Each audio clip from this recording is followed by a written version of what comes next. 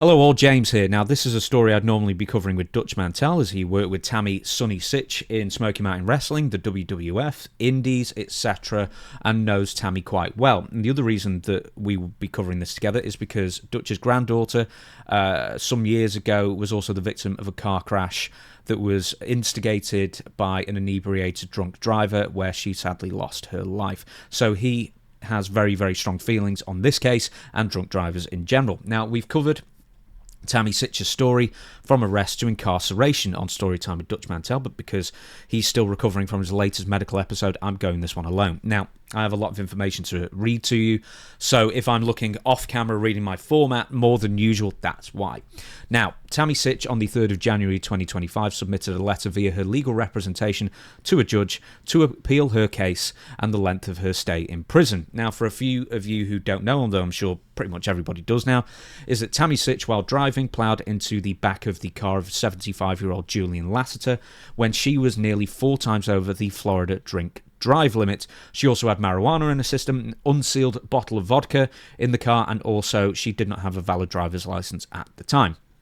Of course, none of this was her fault, and neither were the other dozen or so times she'd been arrested for DUIs, and in some cases given custodial sentences the past 10 years or so prior. I'll get into all that later. Now, in a letter to the judge, Tammy made her case for the charges against her to run concurrently rather than consecutively, thereby shaving off a number of years from her sentence. Now, she received, in November 2023, a 17.5-year sentence, and she wouldn't be eligible for parole until 85% of the sentence had been already served. So she wasn't, I think, she wouldn't have been due out until 2039 or something like that. Now, here's a quote from the letter itself.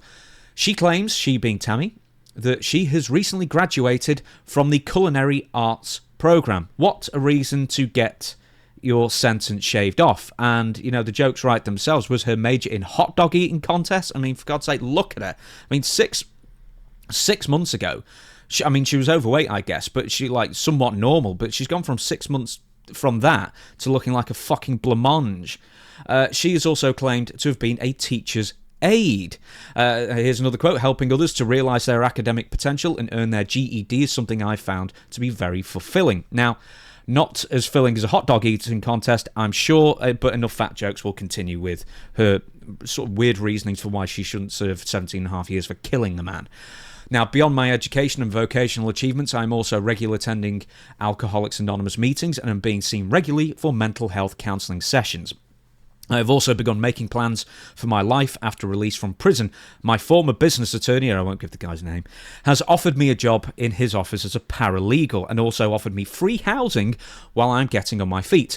I have been inspired by the idea of working with the youthful offenders while I am here, and I would like to continue to mentor youths once I'm free. I mean, jeez Louise, that's an eye roller. I mean, remorseless killer with decades of history flouting the law is claiming to have been offered a job as a paralegal when she's released, and she's a fucking murderer. And don't come at me by saying, well, I don't care if she was sent down for manslaughter. She's a fucking murderer. She killed a poor old fella minding his own business, and while she took manslaughter's an accident, but she took decisions to drink and to use drugs, and then become impaired, and then drive. And you cannot then say, it's an unfortunate accident. Whoops, unlucky, buddy. I mean, things like this happen every day. It was just your turn. Here's another quote for you. I'm extremely remorseful as my actions led to a loss of life and grief for my victim's family and friends. Now, this is the sentence that gets my goat the most. Her actions led to the death of the guy you hit. I mean, it's the softening of language and the divorcing. Oh, whoops, once again, an accident happened. And, yes, I might have been responsible, but it was an accident, don't forget. It's the softening and weakening of language to sort of lessen the impact of her actions of killing a man. And just because she was too lazy to, get an Uber or whatever, or get delivery, because she was nipping to the shops to get tacos. And yes, that is genuinely her reasoning for getting behind the wheel, and that's why she went. Anyway, in the entire lead up to Tammy Sytch's sentencing, Tammy never expressed any actual remorse to the family of Julian Lasseter, or her own actions, really, that she was sort of facing up to, quite frankly. And in fact, she would argue that it wasn't her fault and that you didn't know all the facts, and that she would block anybody who dare question her version of events on Facebook or whatever. I mean, could there be a worse fate than being blocked by Tammy Sytch? Now, the maximum sentence that Tammy Sytch could have received was 26 years. I think that's actually what the state recommended, and then ends up getting 17 and a half. So she really should be grateful for, you know, sort of missing out on 10 years pretty much that she could have received. You know, and she will be out before she's 70 now, but I guess, you know, you lose 100% of the hands you don't play. Here, in fact, is the NBC clip that I just want to play you a few seconds of. But please know that I think about you every day. Every second of every day. And I know I will do whatever I can to make the changes I need to make sure this never happens again. Yeah, right. Okay, whatever, buddy. You know, all the changes that she obviously didn't make when she was arrested and incarcerated before. And genuinely, I've got a list of them. Like, there's at least 10 times that we know of in different states from 2015 to 2022 where she's caught drunk driving or, you know, DWI or DUI, whatever it is. Now, she would eventually plead no contest to all these charges. There's a reason I'm playing that in a second, that I'll explain in a second, but not before trying to be sentenced to a mental health facility instead of actual prison for the most cushy of rides that she should get. So all there, she's, you know, weepy, saying, "Oh, I think of you every second of every day," kind of thing, which I somehow doubt, and I'll explain why as well. But, you know, that's the first time she expressed remorse, was at her sentencing hearing. So, you know, it's all very convenient. Now, during the hearings, she also brought in a medical examiner to read out a laundry list of potential mental problems, including bipolar disorder, PTSD, personality disorders, dissociative episodes, which I guess you get when you drink a lot and black out. I mean, that's how forgetfulness happens, I suppose. And then CTE. Despite not being a wrestler, and honestly, I mean, maybe she did once or twice in the Indies, I can't remember her ever taking a bump. How she got CTE, I will never know. Now, this is a medical examiner reading this. So why did the medical examiner read this? It's because he spent 90 minutes with Tammy beforehand, as Tammy self-diagnosed, with no proof, all of these supposed issues. And this is especially when the court asked for MRIs and brain scans to prove a history of physical issues or brain trauma, and she couldn't actually, you know, produce any of this proof. She also, and this is one that's really going to, I mean, it all bugs me, but this bugs me as well. She also invoked Chris Candido's death. They weren't married, but they were together for many years, and then, I say allegedly, she's admitted it, just cheated on him constantly and made him feel like a piece of crap and drove him to the brink more than once. Now, despite him dying in 2005, this is what obviously, you know, took her to the brink with all, you know, prescription pill abuse and whatever else it may be. Despite the fact that she was fired from every major wrestling company, you know, when she was popular and famous between 1998 and 2000. Now, somehow this is all Chris's fault for, you know, selfishly dying and then somehow pulling her out of medical school. I mean, how that was Chris's thing for pulling her out of medical school. I mean, you can't make anyone do anything. She wanted to. I guess she saw, you know, a fast track to fame. Now, the no contest plea that she ends up putting in instead of a guilty plea also meant that she didn't actually admit fault there either. Now, this is a common tactic, of course. She simply just didn't contest the charges and then accepted the punishment from the court. Now, the wrongful death suit brought by the Lassiter estate meant that, you know, because she pled no contest, it would be more difficult to then sue her in civil court, and then that ended up getting withdrawn because obviously Tammy doesn't have any money anyway. Now, at the sentencing, Tammy Sytch would tearfully claim that she was remorseful, as we saw just before, and that she would trade places with the deceased if she could.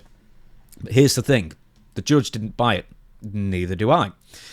I believe from everything I've heard about Tammy Sytch publicly, and a lot I've heard privately about Tammy as well, is that she is at the very least a skilled liar and a total sociopath, and probably doesn't really give a shit about the guy she killed or anyone except herself. Now, the reason she's upset is she got caught, as so many people are when they commit crimes.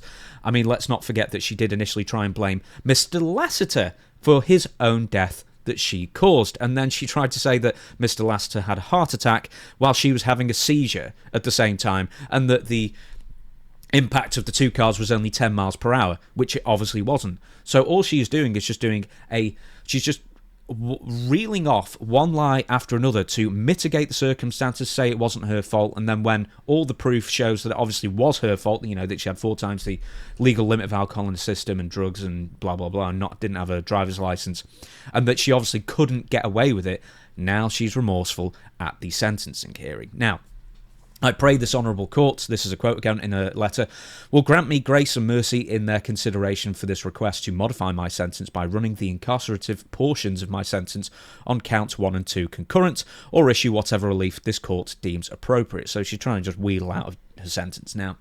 Thankfully, the courts did not even entertain this appeal and threw it out with no explanation. Now, once again, this is not unusual, not giving reasoning for turning down an appeal, but it's still very satisfying. Now, Tammy Sytch will spend at least 15 or so years in prison more before she's eligible for parole. In fact, it's probably going to be more like maybe 14, I think, somewhere around there, before she's eligible for parole.